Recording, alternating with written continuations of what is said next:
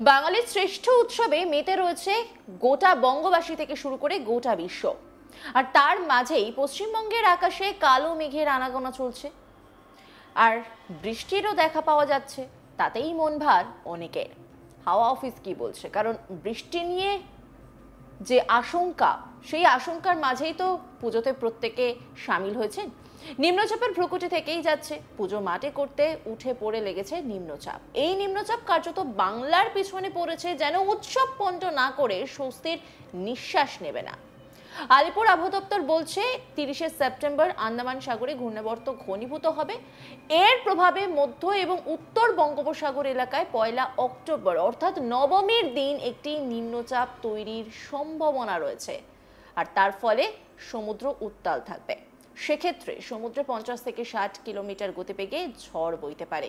আর তার জন্য 29শে সেপ্টেম্বর পর্যন্ত মৎস্যজীবীদের সমুদ্রে যেতে নিষেধ করেছে আবহাওয়া দপ্তর।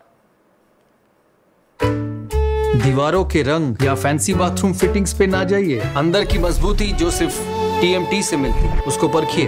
कैप्टन टीएमटी, घर की असली शक्ति। বাংলা এবং ওড়িশার মৎস্যজীবীদের জন্য এই নিষেধাজ্ঞা জারি করা হয়েছে। সোমবার শহর কলকাতাকে ভাসাতে পারে এই অসুর বৃষ্টি। বিক্ষিপ্তভাবে বৃষ্টি হতে পারে। হাওয়া অফিস জানাচ্ছে উপকূলের জেলায় ঝড়ের গতিবেগ 50 কিলোমিটার পর্যন্ত হতে পারে। অষ্টমীতে বৃষ্টি তুলনামূলকভাবে কম থাকবে, তবে ভারী বৃষ্টির সম্ভাবনা নেই। নবমীতে নিম্নচাপ, কলকাতাতে ভারী বৃষ্টির সতর্কতা রয়েছে। এছাড়াও নদিয়া, উত্তর 24 পরগনা, পূর্ব ও পশ্চিম মেদিনীপুর, হাওড়া, হুগলি এবং ঝাড়গ্রামে ভারী বৃষ্টির আশঙ্কা। दीवारों के रंग या फैंसी बाथरूम फिटिंग्स पे ना जाइए। अंदर की मजबूती जो सिर्फ टीएमटी से मिलती, उसको परखिए। कैप्टन टीएमटी, घर की असली शक्ति। একাদশীতেও পশ্চিমের বেশ কিছু জেলা ভাসাতে পারে।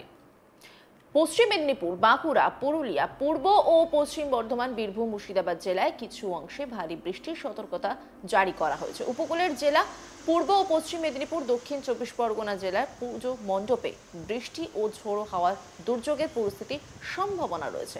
অন্যদিকে উত্তরবঙ্গের একাধিক জেলাতেও বজ্রবিদ্যুৎ সহ বৃষ্টির পূর্বাভাস দিয়েছে হাওয়া অফিস।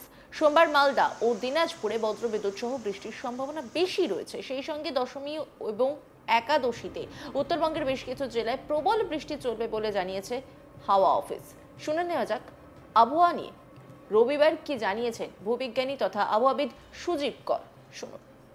কোনো না কোনো জায়গাতে ল্যান্ডফল করবে এবং ল্যান্ডফল করার মোস্ট প্রবাবল ডেটটা হচ্ছে 2 তারিখ।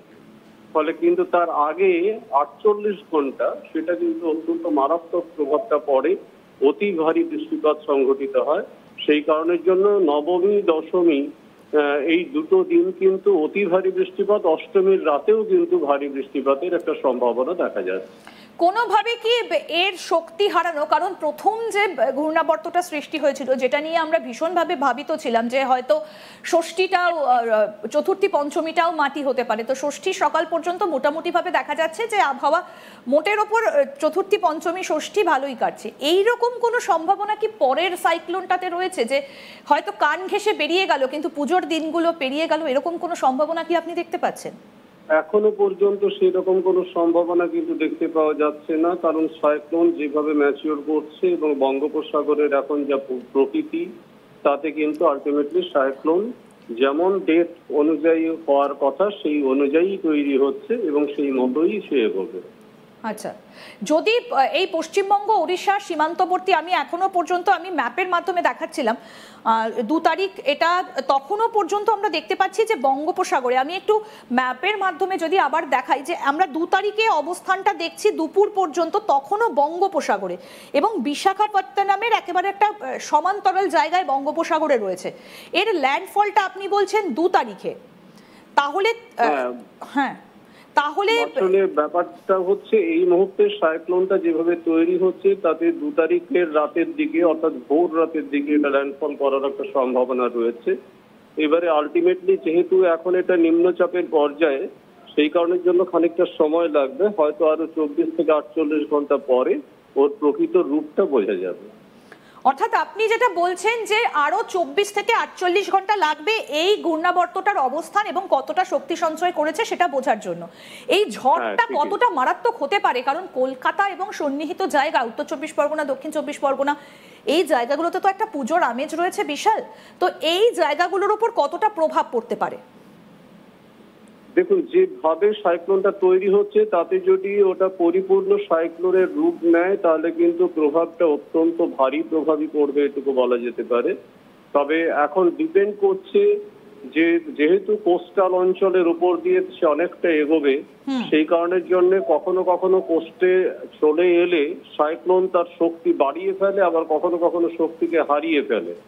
যেহেতু অলরেডি একটা সাইক্লোন ভূমিভাগের মধ্যে প্রবেশ করে গেছে, ফলে এই সাইক্লোন কিন্তু খুব বেশি শক্তি হারাবার মতো অবস্থায় আর থাকবে না।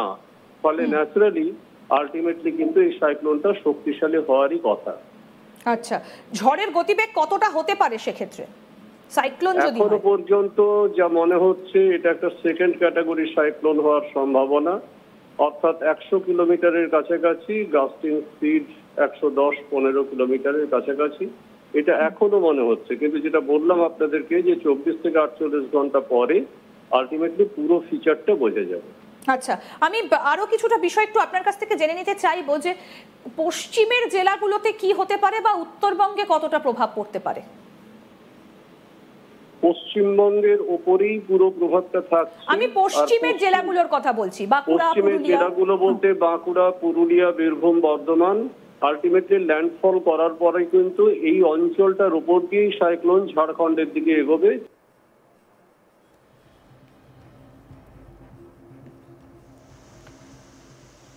বৃষ্টি নিয়ে আশা আশঙ্কার মাঝেই চলছে পুজো। নিম্নচাপের ভ্রুকুটি থেকেই যাচ্ছে। পুজো মাটি করতে উঠে পড়ে লেগেছে নিম্নচাপ। এই নিম্নচাপ কার্যত বাংলার পিছনে পড়েছে, যেন উৎসব পণ্ড না করে স্বস্তির নিঃশ্বাস নেবে না।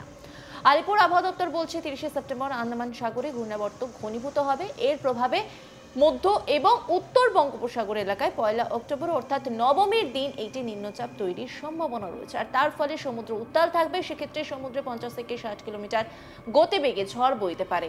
আর তার জন্য 29শে সেপ্টেম্বর পর্যন্ত মৎস্যজীবীদের সমুদ্রে যেতে নিষেধ করেছে আবহাওয়া দপ্তর। বাংলা এবং ওড়িশার মৎস্যজীবীদের জন্য এই নিষেধাজ্ঞা জারি করা হয়েছে। সোমবার শহর কলকাতাতেও বৃষ্টি হতে পারে বিক্ষিপ্তভাবে। হাওয়া অফিস জানাচ্ছে উপকূলের জেলায় ঝড়ের গতিবেগ 50 কিলোমিটার পর্যন্ত হতে পারে। অষ্টমীতে বৃষ্টি তুলনামূলকভাবে কম থাকবে, তবে ভারী বৃষ্টির সম্ভাবনা নেই। নবমীতে নিম্নচাপে কলকাতাতে ভারী বৃষ্টির সতর্কতা রয়েছে। এছাড়াও নদিয়া, উত্তর ও দক্ষিণ 24 পরগনা, পূর্ব ও পশ্চিম মেদিনীপুর, হাওড়া, হুগলি এবং ঝাড়গ্রামে ভারী বৃষ্টির আশঙ্কা রয়েছে। একাদশীতে পশ্চিমের বেশ কিছু জেলা ভাসতে পারে। পশ্চিম মেদিনীপুর, বাঁকুড়া, পুরুলিয়া, পূর্ব ও পশ্চিম বর্ধমান, বীরভূম, মুর্শিদাবাদ জেলার কিছু অংশে ভারী বৃষ্টির সতর্কতা জারি করা হয়েছে। অন্যান্য খবরের আপডেটের জন্য অবশ্যই নজর রাখুন আজ তাক বাংলার ইউটিউব স্ট্রিমিংয়ে। লাইক, কমেন্ট, শেয়ার এবং সাবস্ক্রাইব করতে ভুলবেন না।